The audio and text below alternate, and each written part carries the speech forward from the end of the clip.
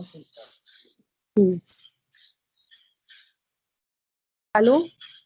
मैं ममता Singh, senior SO budget. आज मैं आप लोगों को रेलवे बजट के बारे में कुछ मेन पॉइंट्स डिस्कस करूंगी। रेल बजट के बारे में अगर आपको पढ़ना है तो सबसे पहले आप इंटरनेट पे गूगल में जाएंगे और रेलवे बोर्ड डायरेक्टोरेट या मिनिस्ट्री ऑफ रेलवे सर्च करेंगे। जब आप रेलवे बोर्ड डायरेक्टरेट पर पहुंच जाते हैं तो उसके बाद आप क्लिक करेंगे फॉर IR पर्सनल, और उसमें फिर आप क्लिक करेंगे, सर्च करेंगे कोड्स एंड मैनुअल्स, और कोड्स एंड मैनुअल्स में फिर आप जाएंगे कोड रिवीजन सेल में। तो वहां पे आप देखेंगे कोड रिवीजन सेल 4 पार्ट्स में डिवाइडेड है। Part A railway act, part B codes and part C में मैनुअल्स हैं, और अदर्स है चौथा पार्ट जिसमें कि मॉडर्न SOP वगैरह का डिटेल दिया हुआ है।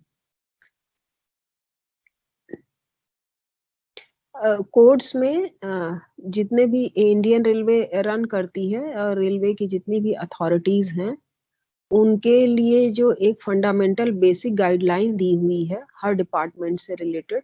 जैसे जनरल एडमिनिस्ट्रेशन के लिए general administration and accounts code है, फिर उसके बाद फाइनेंस डिपार्टमेंट के लिए finance code part 1 part 2, accounts code part 1 part 2 दिया हुआ है, जिसमें कि अकाउंट्स की सारी वर्किंग, पूरे डिपार्टमेंट की वर्किंग, अथॉरिटीज के पूरे डिटेल्स, और जितनी भी एक अकाउंट्स डिपार्टमेंट के अलग अलग सेक्शंस में जो भी चेकिंग होती हैं, चाहे वो ट्रैफिक अकाउंट्स हो, चाहे जनरल अकाउंट्स हो, चाहे डिविजनल अकाउंट्स ऑफिस हो, सब उसमें चैप्टर वाइज डिटेल्स दिए हुए हैं।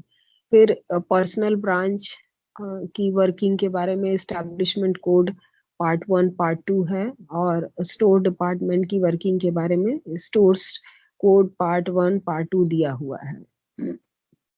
उसमें सारी स्टोर डिपार्टमेंट के से related A to Z activities के डिटेल डिस्कस किए हुए हैं, अथॉरिटी दी हुई है, और उनका पूरा प्रोसीजर दिया हुआ है।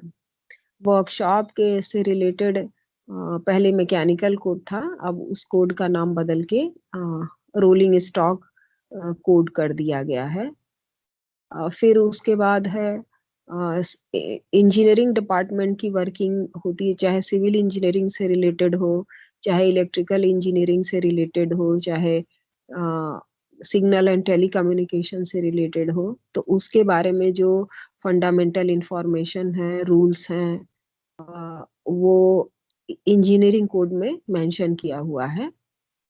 और ये जो जितने भी कोड्स हैं वो बनारस लोकोमोटिव वर्क्स की वेबसाइट पे भी दिए हुए हैं। तो आप चाहे रेलवे बोर्ड डायरेक्टोरेट में जाके कोड्स का डिटेल देख सकते हैं, और या बनारस लोकोमोटिव वर्क्स की वेबसाइट पर जाकर के भी आप इसका डिटेल्स देख सकते हैं। अब हम बात करेंगे बजट की, बजट प्रिपरेशन की। रेलवे में बजट प्रिपरेशन की क्यों जरूरत है, इसके बारे में हमारे संविधान में एक प्रोविजन दिया हुआ है कि जितने भी गवर्नमेंट ऑर्गेनाइजेशंस होंगे, पब्लिक सेक्टर अंडरटेकिंग्स होंगी, या जो भी स्टेट गवर्नमेंट्स होंगे, जो भी भारत सरकार की समेकित निधि से पैसा खर्च करेंगे, उनको एनुअल बजट, एक एनुअल स्टेटमेंट बनाना होगा, जिसमें साल भर के खर्चे का और साल भर की आमदनी का उनको डिटेल दिखाना होगा। संविधान की आर्टिकल 112(1) में ये प्रावधान किया गया कि हर साल राष्ट्रपति संसद को इस बात से अवगत कराएंगे कि उन्होंने भारत सरकार की निधि से कितना पैसा खर्च किया है और कितनी आमदनी प्राप्त की है। और ये जो है एक तरह से बजट स्टेटमेंट भी या एनुअल फाइनेंशियल स्टेटमेंट भी बोलते हैं, जो कि भारत सरकार की जो तिजोरी है, समेकित निधि या कंसोलिडेटेड फंड ऑफ इंडिया, उसके उससे कितना पैसा सरकार विड्रॉ करती है अलग अलग मंत्रालयों के लिए, राज्य सरकारों के लिए, या पब्लिक सेक्टर अंडरटेकिंग्स के लिए, या गवर्नमेंट की और दूसरी स्कीम के लिए जो कि वो बजट का पार्ट होती हैं, तो वो उसमें उसका डिटेल दिया रहता है। और जो बजट प्रिपरेशन है, बजट के माध्यम से ही हम जो सरकारी खर्चा है उस पर पार्लियामेंट्री कंट्रोल करते हैं। और दूसरे बजट जो है ये एक तरह से किसी भी ऑर्गेनाइजेशन के लिए मैनेजमेंट टूल है, क्योंकि जितनी भी अथॉरिटीज हैं, चाहे वो रेलवे से रिलेटेड हो चाहे किसी भी और गवर्नमेंट ऑर्गेनाइजेशन की है, वो बजट के माध्यम से बजट कितना पैसा खर्च हो रहा है, किस हेड में कितना पैसा खर्च हो रहा है, किस फंड सोर्स से कितना पैसा खर्च हो रहा है, उसके माध्यम से बजट का कंट्रोल करती हैं। और ये चेक करती हैं कि कोई भी संस्था प्रॉफिट में जा रही है या लॉस में जा रही है, या किसी हेड में ज्यादा प्रॉफिट हो रहा है, किसी एलोकेशन हेड में लॉस हो रहा है, तो उसको कैसे कंट्रोल करना है। तो एक तरह से वो मैनेजमेंट का टूल है। हम जो भी बजट बनाते हैं,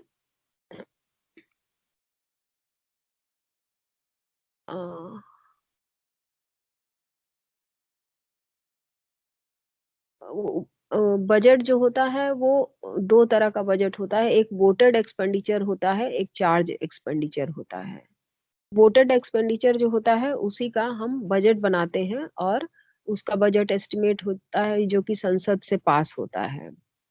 और चार्ज एक्सपेंडिचर जो होता है वो अनफोर्सीन एक्सपेंडिचर होता है, जिसके बारे में पहले से अथॉरिटीज को पता नहीं होता है कि ये खर्चा है, एक्सेप्ट कि सीएजी की सैलरी। चार्ज एक्सपेंडिचर प्रेसिडेंट के द्वारा सैंक्शन किया जाता है, और उसमें कंट्रोलर एंड ऑडिटर जनरल की सैलरी, उनके इंसेंटिव्स और उनके पेंशन से रिलेटेड, सेटलमेंट से रिलेटेड पेमेंट रहते हैं। दूसरे जो कि कोर्ट से डिक्री हो जाती है, कोर्ट के जजमेंट पे रेलवे अथॉरिटीज को खर्च करना रहता है, वो सारा खर्चा चार्ज एक्सपेंडिचर में जाता है।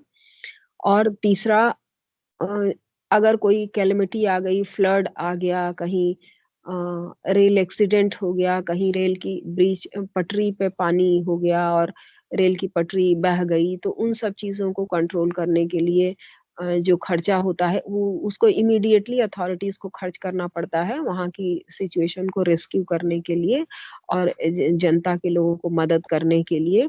तो वो चार्ज एक्सपेंडिचर होता है। और चार्ज एक्सपेंडिचर एक बार एग्जीक्यूट हो जाता है, खर्च कर दिया जाता है, तो उसको नेक्स्ट बजट के रिवीजन साइकिल में या नेक्स्ट ईयर के बजट में उसको फिर से रेगुलराइज करके और बजट एस्टिमेट में शामिल करके सैंक्शन ले लिया जाता है।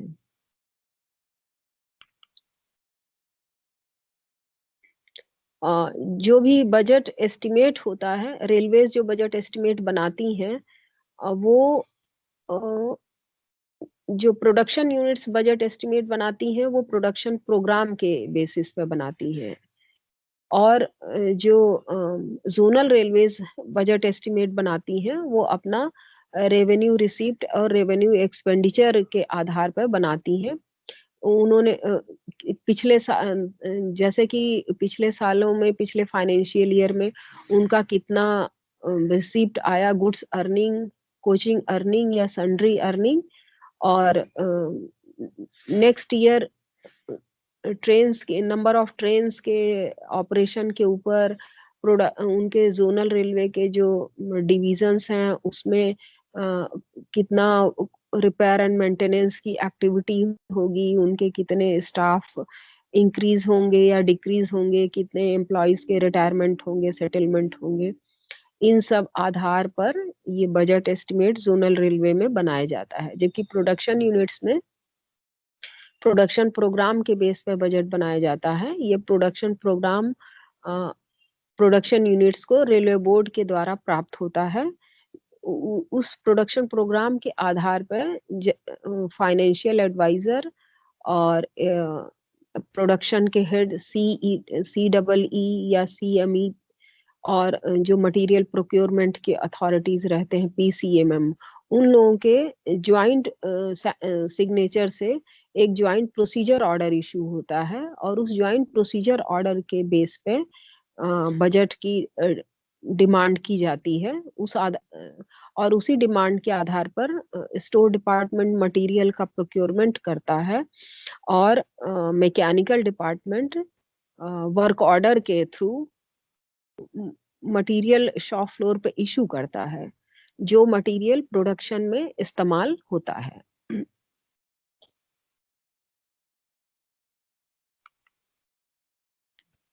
बजट जो है हमेशा ग्रास रूट लेवल पर तैयार किया जाता है, और जैसे कि डिवीजन लेवल पे या डिपार्टमेंट लेवल पे। जोनल रेलवेज में जितने भी डिवीजन्स होते हैं वो अपने डिवीजन लेवल पे एलोकेशन हेड वाइज बजट तैयार करते हैं, और फिर उस बजट को हेडक्वार्टर में भेजते हैं। हेडक्वार्टर में PFA और HODs और जनरल मैनेजर उसको ज्वाइंटली मिल करके चेक करते हैं, और उसमें अगर एक्सपेंडिचर जस्टिफाइड होते हैं, उनका प्रॉपर जस्टिफिकेशन दिया रहता है, प्रॉपर अलोकेशन हेड दिया रहता है, और मशीनों की अर्जेंसी रहती है, आइटम की अर्जेंसी रहती है, तो उसको सैंक्शन करके वो रेलवे बोर्ड लेवल पे भेजते हैं। जोनल रेलवे पे GM के सैंक्शन ले लेते हैं, और फिर उसके बाद उसको रेलवे बोर्ड में फॉरवर्ड करते हैं।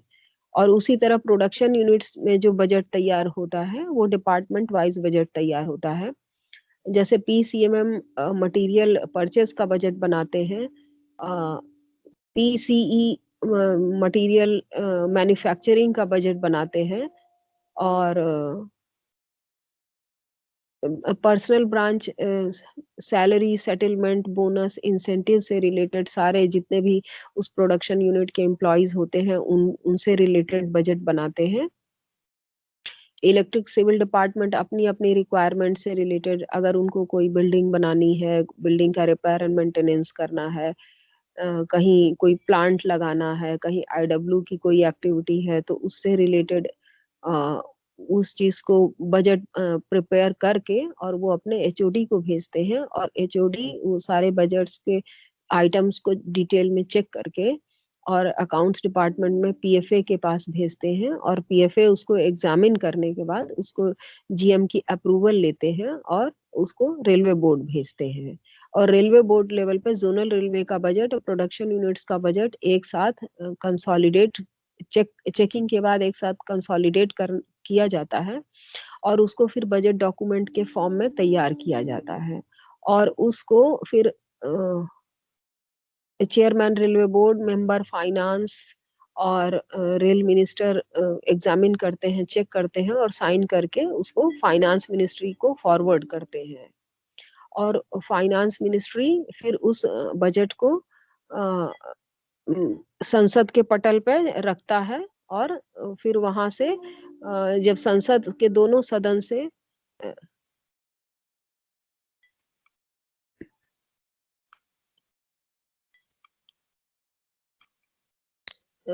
संसद के दोनों सदन में बजट पास हो जाता है, तो फिर वो फाइनेंस मिनिस्ट्री को वापस कर दिया जाता है अप्रोप्रिएशन बिल के फॉर्म में, और ये बिल जो है प्रेसिडेंट से साइन करवाया जाता है।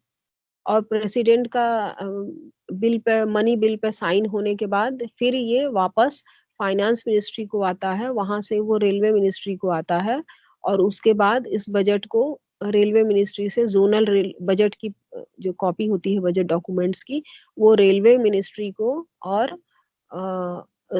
प्राप्त होती है, जहां से कि रेलवे मिनिस्ट्री उसको जोनल रेलवेज को और प्रोडक्शन यूनिट्स को भेजती है। और आजकल तो वो अपना वेबसाइट पे ही, रेलवे बोर्ड की वेबसाइट पे, फाइनेंस बजट की वेबसाइट पे अपलोड कर देती है, जहां से कि जोनल रेलवेज अथॉरिटीज या प्रोडक्शन यूनिट्स के अथॉरिटीज उसको डाउनलोड कर लेते हैं, देख लेते हैं, और उसी के ऊपर वर्क करते हैं।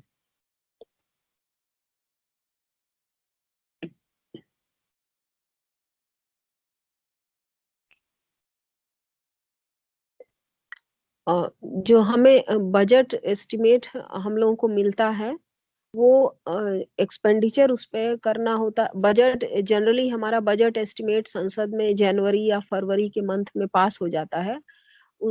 और उस बजट एस्टिमेट का इम्प्लीमेंटेशन 1 अप्रैल से और 31 मार्च नेक्स्ट ईयर तक होता है।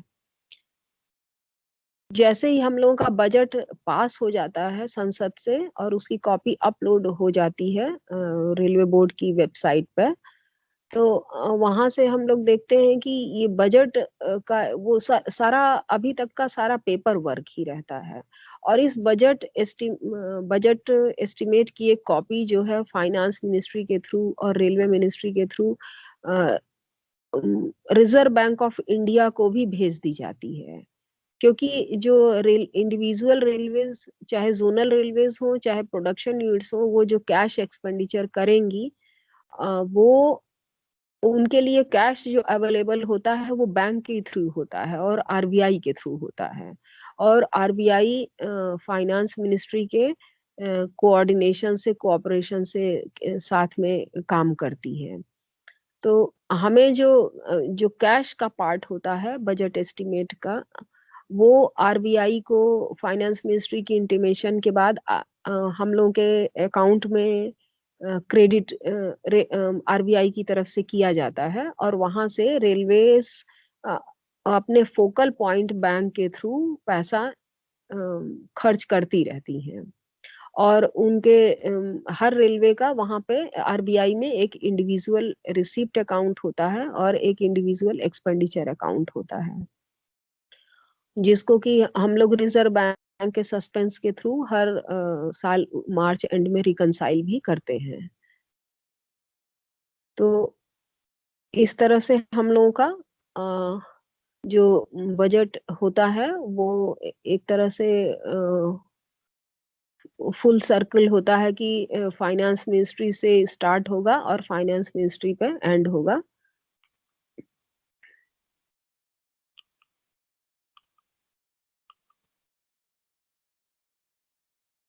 इसके अलावा एक बजटरी रिव्यू की स्टेजेस होती हैं। बजटरी रिव्यू में हम लोग जैसे हम लोगों का बजट पिछले फाइनेंशियल ईयर में जनवरी 20 में जो हम लोगों का बजट पास हुआ था, उसको हम लोगों ने 1 अप्रैल 20 से इम्प्लीमेंट करना शुरू किया और इसको करंट फाइनेंशियल ईयर में हम लोग 2 बार रिवाइज करेंगे, एक सितंबर मंथ में और दूसरा फरवरी या मार्च मंथ में। तो जो सितंबर मंथ में हम लोग रिवाइज करते हैं उसको रिवाइज्ड एस्टिमेट बोलते हैं। और उसी रिवीजन के साथ ही हम लोग नेक्स्ट ईयर का बजट एस्टिमेट 21-22 का बजट एस्टिमेट भी बनाते हैं।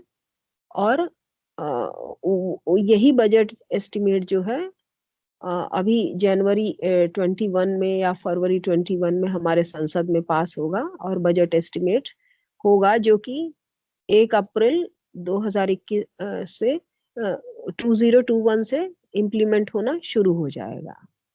और लास्ट जो बजट रिव्यू की स्टेज होती है, फाइनल मॉडिफिकेशन होती है, ये हम फरवरी और मार्च में डेली बेसिस पे करते हैं, ताकि अगर किसी हेड में हम लोगों का पैसा ज्यादा खर्च हो गया हो तो वहां हम ज्यादा फंड की मांग करके उस एक्सपेंडिचर को रेगुलराइज कर सकते हैं। और किसी एलोकेशन हेड में अगर पैसा कम खर्च हुआ हो, पैसा कम पड़ रहा हो, तो हम ज्यादा पड़ रहा हो तो उसको हम सरेंडर कर सकते हैं। उसके बाद हम देखेंगे कि हम लोगों का जो खर्च है, अ, जो हम लोग बजट एस्टिमेट बनाते हैं, रेलवेज जो है, रेलवेज में 16 डिमांड है एक्सपेंडिचर की, डिमांड फॉर ग्रांट्स हैं। तो वो हम सब मेजर हेड, रेलवे की sub major head, detailed head और प्राइमरी यूनिट वाइज हम बजट बनाते हैं। और सब मेजर हेड को क्लब करके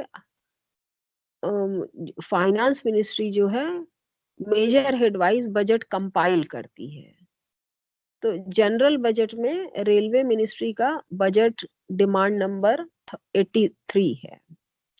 डिमांड नंबर 83 पर रेलवे की अर्निंग और रेलवे का एक्सपेंडिचर जनरल बजट में फाइनेंस मिनिस्ट्री शो करती है।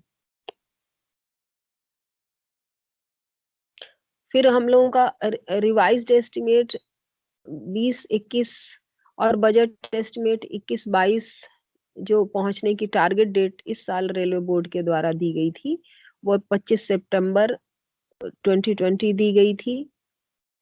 सब मेजर हेड 1 से लेके 11 तक के लिए, और एस्टिमेटेड ट्रैफिक प्लान और रेवेन्यू रिसिप्ट्स के लिए भी 25 सितंबर ही दी गई थी। सिविल डिमांड्स के लिए 22 सितंबर दी गई थी, और कैपिटल सेक्शन के लिए जितने भी प्रोडक्शन यूनिट्स के एक्सपेंडिचर हैं, purchase, creation of assets, acquisition of assets, manufacturing के जो रिलेटेड बजट एस्टिमेट था, वो 30 सितंबर तक करंट ईयर का रेलवे बोर्ड पहुंचना था।